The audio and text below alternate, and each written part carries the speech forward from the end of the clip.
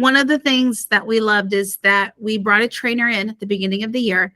All of our ELA teachers were in one room.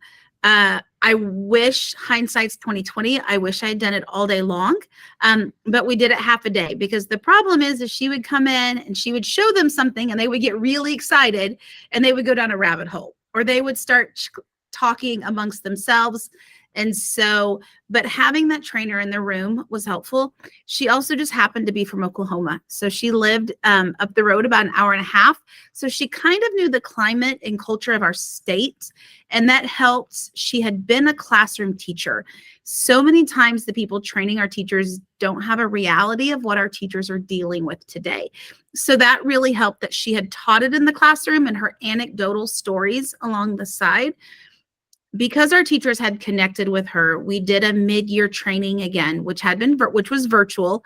And so at that point, we had each school at their own site, but all of the teachers in one room.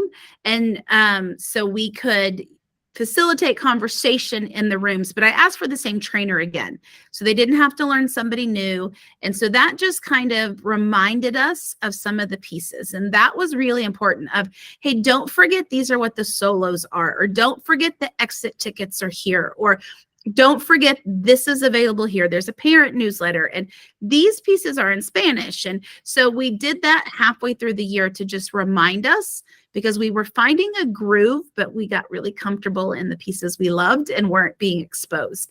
So that worked really well. We also we have 3 instructional coaches, so 1 at each of our buildings, and they were at every single training. And that was really vital for them to be in the trenches with our teachers. So they're in every professional learning community as we're learning and growing.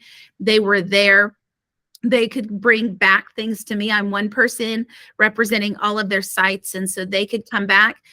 A good example of that is we started the year using the assessments at the end of the unit.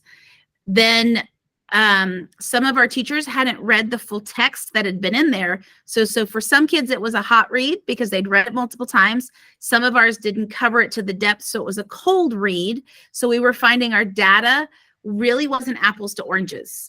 And so we made some changes with the way we did assessments, but it was our instructional coaches who were there saying, here's what my teachers are saying.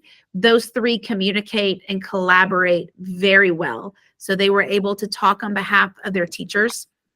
I also have never had a curriculum that the person sat down with me every month and talked and chatted, and I had a direct line.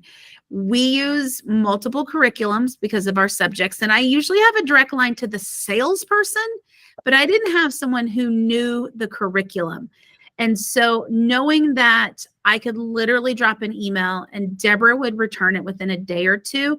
And there are times when she was like, never heard that question, or I don't know the answer. But I knew when she said, let me ask someone else, she was going to ask someone else. That was there. We have an ongoing Google Doc that we share, that I put comments in, and we get that feedback. I've never had that with another company.